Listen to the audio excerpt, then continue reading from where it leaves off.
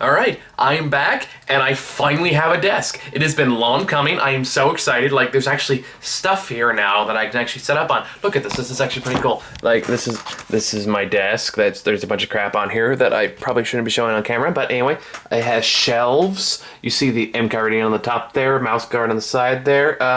That's Iggy, my little fake pet dragon I got from Comic-Con. It's pretty sweet. So now I can actually use this to record actual videos that are not on like me awkwardly sitting in a chair in a corner of my room. Now I can sit at a desk awkwardly in the corner of my room. So here we go.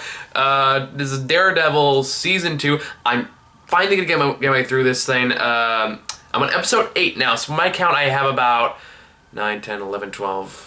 13, about 5 more episodes to catch up on before the end of next week when Luke Cage comes out, so I can start reviewing that series next, but one step at a time. So anyway, this is Daredevil Season 2, Episode 8, Guilty as Sin. This episode's kind of a mixed bag for me, because there's stuff like I really like in this episode, and other parts I find equally frustrating. Just a quick synopsis of the episode. Not really because I think you haven't seen it at this point, mostly just so I can kind of get my own thoughts in order, because I always feel like these videos are really my more disjointed ones, because my mind goes at 1,000 different places so quickly that I can never keep them like on a straight track. So let's give it a try. So first thing I liked about this, Stick is back. Love Stick. He's a really fun character. The actor is clearly having the time of his fucking life. So that's a lot of fun. Daredevil, Elektra, fighting ninjas, that's great. What I didn't like, Daredevil continuously making dumbass decisions. Like, at this point, you know something's off about these ninjas. They're probably, like, undead somehow. Just let Elektra kill them. I'm sorry. These are not people that are gonna, like, reform and become productive members of society. So that's kind of an annoyance. At the same time, you also have some cool, also kind of weird action sequences, because at the same time, it's strange, the fact that there are ninjas in this show now so actively is still kind of weird, but at the same time, it still kind of works, but it takes some getting used to. So just seeing Daredevil, who was fighting thugs and mob bosses last season, now finding ninjas and dealing with holes in the floor that apparently go to the center of the earth, I'm guessing. That's a thing that exists now. So anyway, Daredevil and Elektra are fighting off these ninjas they find in this giant fuck-off hole. Elektra gets stabbed by, or gets shot by this kind of poison thing, and then Stick comes to the rescue and saves their sorry ass, and takes him back to Daredevil's apartment, which, you know, I want that apartment, goddammit. That's like a really nice fucking apartment. I could totally live with living next to a giant neon sign. I could find a way. I want that fucking corner apartment. That'd be really cool. But anyway, and that's when, Stick fills in Matt with the story of the ninja clan they're now fighting, which they finally call the Hand, which was nice. And it also apparently implies that not only is the Stick like the leader of the group he leads called the Chaste is what he calls it, but apparently not. He's also like 1,000,000 years old and has been fighting the Hand for about as long. And they're after something called the Black Sky, I think is what they call it. Some kind of dark, evil super weapon that I'm assuming they're going to try to use to take over the world. No matter, like, regardless of what it does. Meanwhile, in the other, I want to say more realistic storyline going on, but it's really not much more realistic. Foggy and Karen are doing the trial of Punisher, and they're honestly doing a pretty good job. Like, honestly, a lot of people are hating on Foggy for this season, and I get it. Like, that's the thing about Foggy in this season. It's like, I get where he's coming from a lot more in this season than he was in last season. I think that's because Foggy is just, in general, a lot more competent than he was in season 1. He's a lot more confident. He feels like he actually knows what he's doing. He's actually pulling it off pretty well. Like, I don't know why he needs Matt. And that's exactly what Karen says later on in the episode when Foggy, like, it gets to a point where they're thinking, okay, the only way to save this case is to get the Punisher on the stand. But before then, they have a character witness played by, I keep forgetting this actor's name. I see him in everything. He's like in every TV show, like superhero TV show I've ever watched. But he did the voice of Lex Luthor, that guy. In the Justice League animated series, the good stuff, the Superman TV show and the Justice League series. He played the Lex Luthor in that show. He also played an army star. He plays like a military man in this show, which every other time I've seen this actor playing a military guy, he always ends up being the bad guy. So I'm willing to bet you $20 he turns out to be the bad guy in this. I don't know. I take that back. Someone may have spoiled that for me. My brain's a little foggy on that, so maybe that's where I'm getting that inference from. But at the same time, I've also seen this actor be like the bad guy in almost everything he's fucking in, except for like maybe Hail Caesar. So like, odds are good he's gonna be the villain in some case. But a lot of the courtroom scenes up until Frank Castle takes the stand is just like kind of pumping Frank Castle up a bit as like the ultimate badass. But what I do like about this is the fact that the Punisher, at least the way he's portrayed in this show, is a character where you can actually believe these stories being told. You see that in a lot of movies, and a lot of TV shows, where they try to pump up a character as like super, super badass, but it doesn't really fit. It feels really forced because when you actually look at the character himself, you just can't see that person living up to these stories. But this is a case where Frank Castle, can actually live up to these stories. You can totally see it as like, okay, it's actually pretty badass. Especially in a scene you see a couple episodes from now, which I'm not going to say right now. I'll admit, like, I've seen a couple episodes ahead of this, and yeah, it lives up to the hype. But anyway, I can't wait to get to that scene because that scene's fucking awesome. If you watch the show, you probably already know what I'm talking about. But anyway, so Daredevil is fucking up his life in every conceivable way, pretty much. It's almost to a hilarious degree. He is completely fucking up his own life because he's fighting ninjas in one corner. He's trying to balance this trial of the century in the other corner. He's failing on all fronts. Foggy has to take the whole lead. Everyone's pissed at him for a good fucking reason.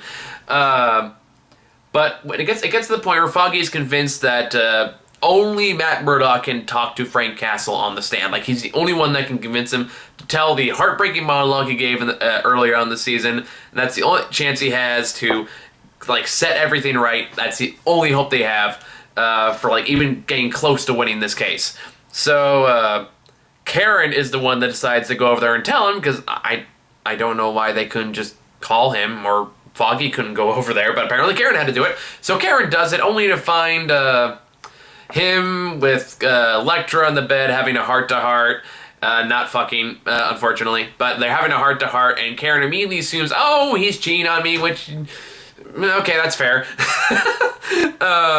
Meanwhile, Styx being a sarcastic asshole, she walks in like, hey, nice to meet you. Fucking love Styx, he's great. So all that stuff happens, and here's the thing. Here's one of the things I find frustrating about this episode.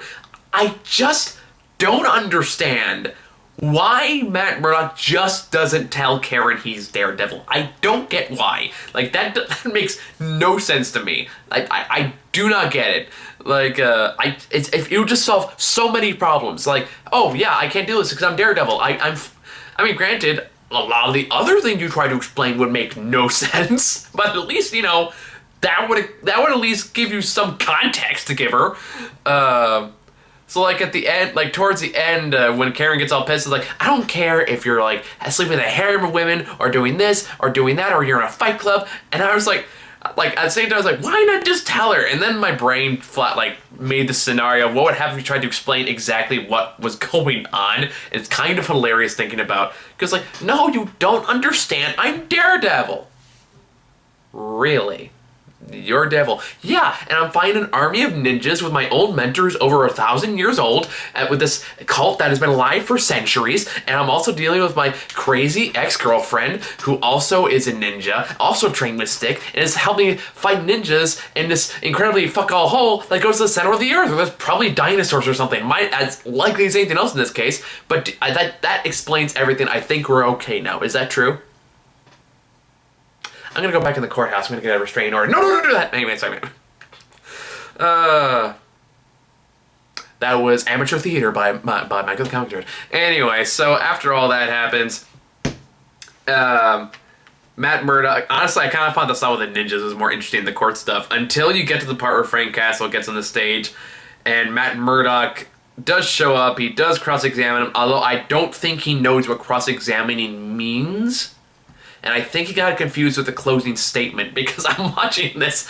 Like, he asks him one question, and then he goes on this, like, 5-minute long monologue, which, like, could have easily been a closing statement. I don't get why it wasn't a closing statement.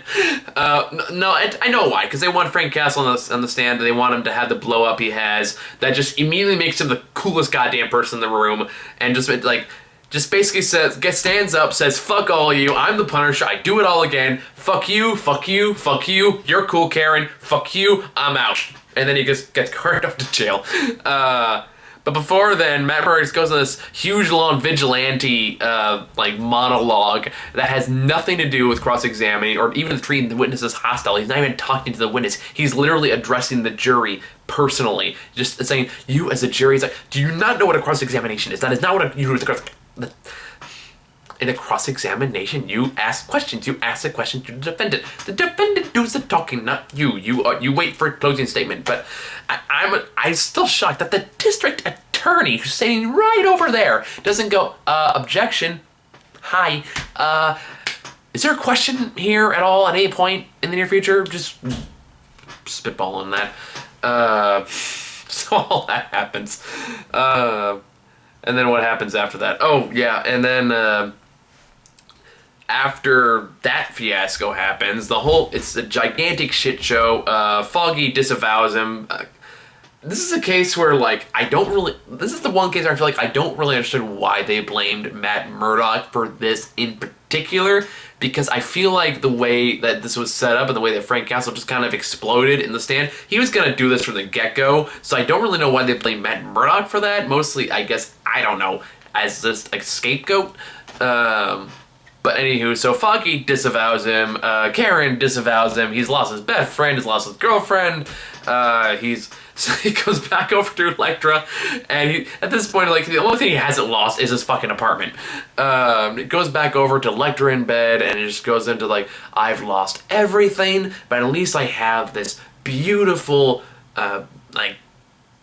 beautiful, dangerous woman who still wants to be with me, and she says and such right there. It's like, I want to be with you, I want to put this whole life behind me. I told Stick to get the fuck out, and I want to be with you now, I want to change my ways, and he's like, this is a case where just Matt Murdock doesn't fucking learn. And he goes like, okay, we can make this work, and I just imagine that ray of hope in his head as Matt Murdock's like, yes, this is what's gonna happen, you know, I've lost everything, but at least I've got Elektra. Elektra's good for me. I think we'll turn this around, we'll make this something really special. And then the very next scene, he gets, like, a fucking ninja shows up, Daredevil fights him for a bit after getting stabbed with an arrow, and getting shot with an arrow, and then Elektra just cuts his throat in front of him. He's just covered in blood, and she's holding the knife in her hand, and she just kind of goes, you still want me? And then just purely nervous, psychotic look, and just look at Daredevil's face, just says like, oh god, I just deal with this crazy, like, I just imagine the thoughts like, all I have is Elektra, who's still a crazy bitch, fucking Christ. Like, makes me laugh. So yeah, this episode kind of a mixed bag. I'm liking what they're setting up, and of course, Kingpin's back. Yes, Kingpin is back. Holla fucking you, yeah. This show, like, this season was desperately missing some Kingpin. Like, honest to God, like, that was what a huge part of me. The first season's so good, and I'm glad he's back, and I'm dying to see what they do with him. I think he's only in a few episodes though, so it's kind of disappointing. But well, any Kingpin is good Kingpin. So I think I'm gonna stop talking about this episode. I'm gonna get to that episode. So yeah, see you later.